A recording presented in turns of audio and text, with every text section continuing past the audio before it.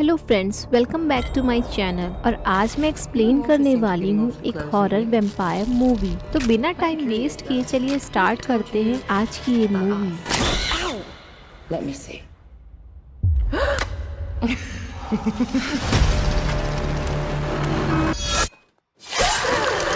To Evie, my new bride.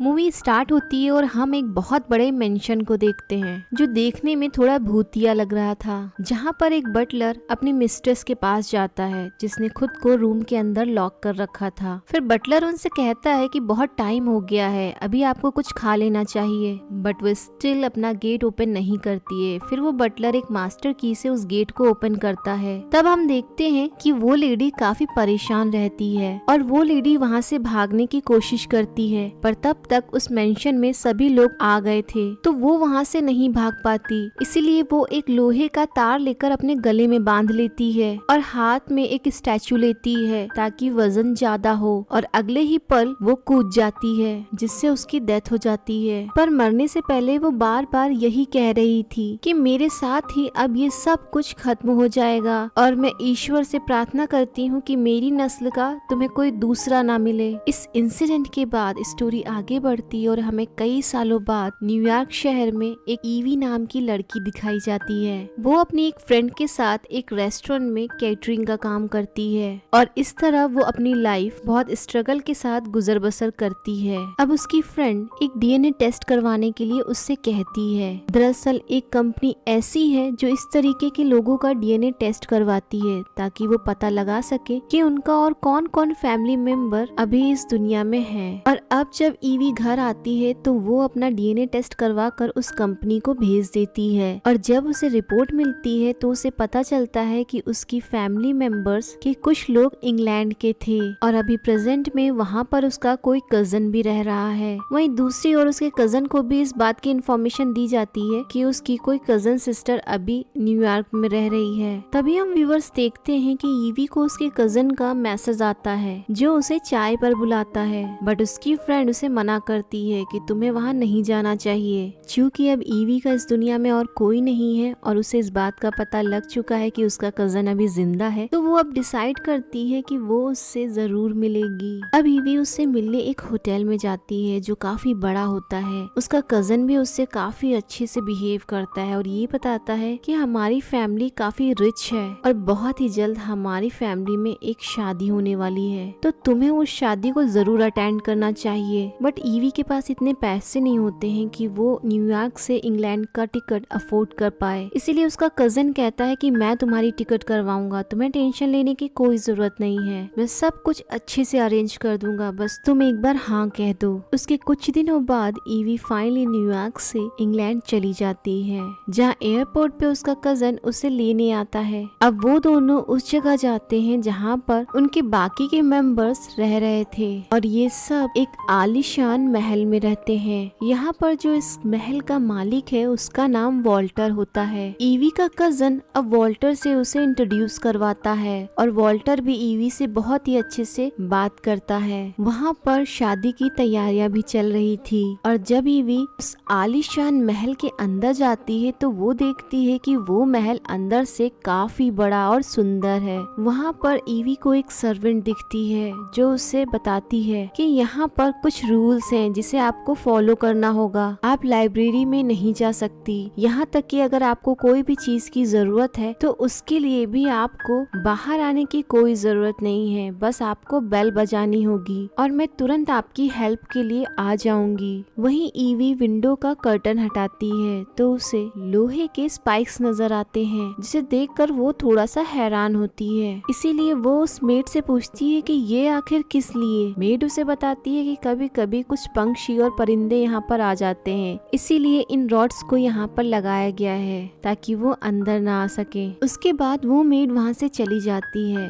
फिर EV अपने friend को कॉल करके बताती है कि मुझे यहाँ पर बहुत अच्छा लग रहा है, मैंने कभी भी अपनी लाइफ में ऐसी आलीशान जिंदगी नहीं जी है, तो मुझे तो यहाँ पर बहुत मजा आ रहा है। ईवी को सच में वहाँ पर बहुत अच्छा लग रहा था। तभी रात को वॉल्टर ईवी से मिलने आता है और पूछता है कि क्या सब कुछ ठीक है, और वॉल्टर वॉल्टर के बिहेवियर से ऐसा लगता है जैसे वो ईवी को पसंद करने लगा है। अब ईवी जब रनिंग करने के लिए बाहर जाती है तो वो देखती है कि पास में ही एक बिल्डिंग है, जिसे देखकर वो रुक जाती है और उसे लगता है कि कुछ तो गड़बड़ है। रात में उसे नाइटमेयर्स भी आते हैं, जिससे डर कर वो उठ जाती है। उसे प्यास लगती है पर वहाँ पर पानी नहीं होता है, इसीलिए वो पानी पीने बाहर आती है। तभी वो देखती है सारे सर्वेंट्स लाइन से खड़े हुए हैं और उनमें से एक मेड को लाइब्रेरी साफ करने के लिए कहा जाता है। तभी वहाँ पर अचानक से वही मेड आ जाती है जो ईवी से ये कहती है कि आपको बाहर नहीं आना चाहिए था, आप अपने रूम में जाइए, मैं आपके लिए पानी लेकर आती हूँ। उसके बाद हमें वही मेड दिखाई जाती है जो लाइब्रेरी साफ करने जाती है, और जब वो मेड उस लाइब्रेरी को साफ कर रही होती है तभी वहाँ पर कोई घोस्ट एंटिटी दिखती है जो अचानक से उसी मेड को अपनी ओर खींचकर ले जाती है और उसे मार देती है। नेक्स्ट मॉर्निंग हम देखते हैं कि ईवी के लिए वॉल्टर एक बहुत ही प्यारी सी ड्रेस भेजता है, क्योंकि यहाँ पर जो शादी होने वाली है उसी की आज रात पार्टी है। बट सबसे हैरान कर देने वाली बात तो ये है कि ईवी ने अभी तक किसी भी दुल्हन को नहीं देखा है।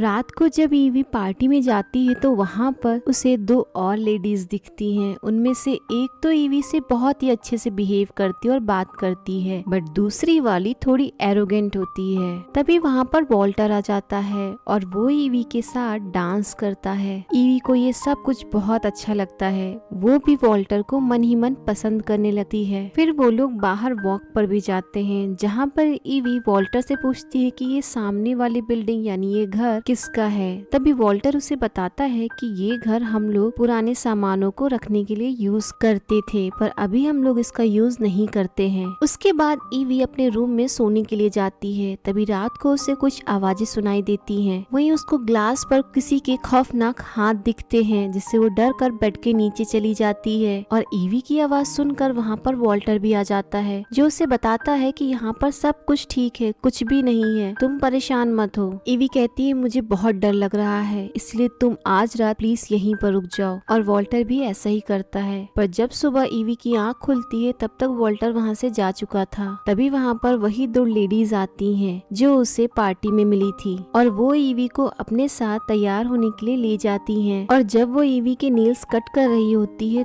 तभी गलती से उसकी थोड़ी सी उंगली कट जाती है, जिससे ब्लड निकलने लगता है। ये देखकर उनमें से एक लड़की अपना कंट्रोल खो देती है और वो तुरंत ईवी का खून चूसना शुरू कर देती है। ईवी को ये सारी चीजें काफी वियर्ड लगती हैं, इसीलिए वो वहाँ से उठकर चली जाती है। तो अब ईवी को शक हो जाता है कि यहाँ पर कुछ तो गड़बड़ है, इसीलिए वो लाइब्रेरी जाती है, जहाँ पर उसे जाने के लिए साफ मना किया गया था। और वहाँ पर वो देखती है कि एक टेबल पर उसकी सारी डिटेल्स रखी होती है, और ये सब कुछ किसी और ने नहीं बल्कि वॉल्टर ने किया था। उसी ने ईवी की सारी डिटेल्स निकलवाई थी। तो ईवी को अब कुछ भी अच्छा नहीं लगता है और वो वहाँ से जाने के लिए डिसाइड करती है। पर तभी वहाँ पर वॉल्टर आता है और वो ईवी से कहता है कि मुझे माफ कर दो, पर मैं क्या करता, मैं तुम्हें पसंद करने लगा था, क्योंकि आज भी कई सारी लड़कियां ऐसी हैं जो सिर्फ मेरी दौलत से प्यार करती हैं। ईवी वॉल्टर की बातों में आ जाती है, क्योंकि वो भी अब वॉल्टर से प्यार करने लगी थी, इसीलिए वो वॉल्टर की बात मानकर रुक जाती है। रात को ईवी रेडी होकर डिनर के लिए जाती है, जहाँ पर सभी लोग ईवी का वेट कर रहे थे। ईवी के वहाँ पहुँचते ही वॉल्टर सबको इस बात का ऐलान कर देता है कि वो जल्द से जल्द अब ईवी से शादी करने वाला है। और अब वॉल्टर सबसे कहता है कि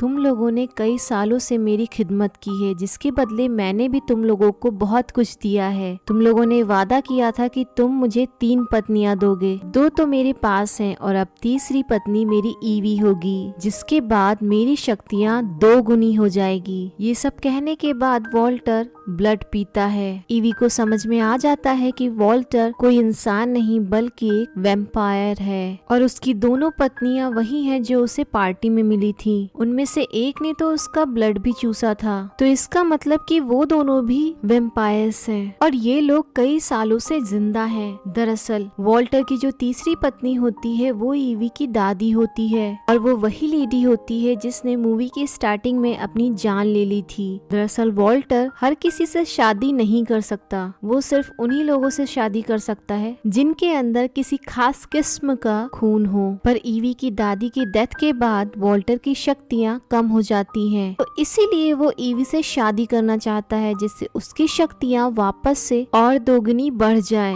तो एक बार फिर से वही सारे रिचुअल्स करने से वॉल्टर की शक्तियाँ बढ़ जाएंगी। ईवी वहाँ से तुरंत उठकर चल देती है, पर वॉल्टर उसे रोकता है और ये कहता है कि अगर तुमने मेरी बात मानी तो तुम हमेशा के लिए जिंदा रहोगी, यंग रहोगी, तुम्हें कभी भी कोई भी बीमारी नहीं होगी, यहाँ तक कि तुम काफी पावरफुल हो जाओगी, तुम्हारे अंदर कई तरीके की शक्तियाँ आ जाएंगी और दुनिया की हर एक वो चीज जिसे तुम पाना चाहती थी हमेशा से, वो सब तुम्हारे कदमों में होंगी। लेकिन ईवी उसकी एक भी बात नहीं मानती है, इसीलिए ईवी को कैद कर लिया जाता है और वॉल्टर की दोनों पत्नियां उसे समझाती हैं। उसे ये कहती हैं कि तुम्हें शुरू में तो अजीब लगेगा, पर एक बार जब तुम वैम्पायर बन जाओगी तो तुम्हें बहुत अच्छा लगेगा। लेकिन ईवी को ऐसी लाइफ नहीं चाहिए थी। उसके बाद वो दोनों लेडीज वहाँ से चली जाती हैं। तभी वहाँ पर वही मेड आती है और वो ईवी से कहती है कि तुम यहाँ से भाग जाओ, नहीं तो तुम्हारी लाइफ कभी भी नॉर्मल नहीं हो पाएगी। और ईवी सीधा भागकर उसी घर में जाती है जो सालों से बंद था।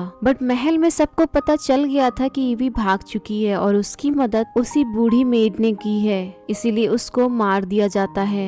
ईवी को ढूंढता हुआ वही बटलर वहाँ पर आता है, बट ईवी बड़ी चालाकी से उसको उसी रूम में बंद कर देती है और खुद वहाँ से निकल जाती है। फिर वो टाउन पहुंचकर एक ओल्ड कपल से हेल्प मांगती है। वो बूढ़े कपल ईवी की मदद करने के लिए तैयार हो जाते हैं और ये भी कहते हैं कि तुम परेशान मत हो, हम पुलिस को अभी इन्फॉर्म करते हैं। तभी ईवी की नजर वहाँ पर लगी एक फोटो पर जाती है जिसमें वॉल्टर भी होता है। इससे ईवी समझ जाती है कि ये लोग वॉल्टर के लिए ही काम करते हैं और उस बूढ़ी औरत ने किसी पुलिस को नहीं बल्कि वॉल्टर को इन्फॉर्म किया है कि ईवी उसके पास है। ईवी वहाँ से भागने की कोशिश करती है, पर तभी वो लोग किसी भारी चीज से ईवी के सर पर वार करते हैं जिससे ईवी बेहोश हो जाती है और जब उसकी आंख खुलती है तो वो अपने सामने वॉल्टर को देखती है। वॉल्टर एक बार फिर से ईवी को समझाता है, अगर तुम मेरी वाइफ बन गई तो तुम्हें बहुत सारे फायदे होंगे, सब कुछ तुम्हारे अकॉर्डिंग होगा, मैं इस दुनिया को तुम्हारे कदमों में लाकर रख दूंगा। अब बेचारी ईवी के पास और कोई रास्ता नहीं होता है, इसीलिए वो ना चाहते हुए भी वॉल्टर को हाँ कह देती है और उसी रात अब शादी की सारी तैयारियां हो जाती हैं। वो दोनों शादी के लिए एक साथ आते हैं। वॉल्टर ईवी से कहता है कि तुम्हें अब मेरा ब्लड पीना होगा।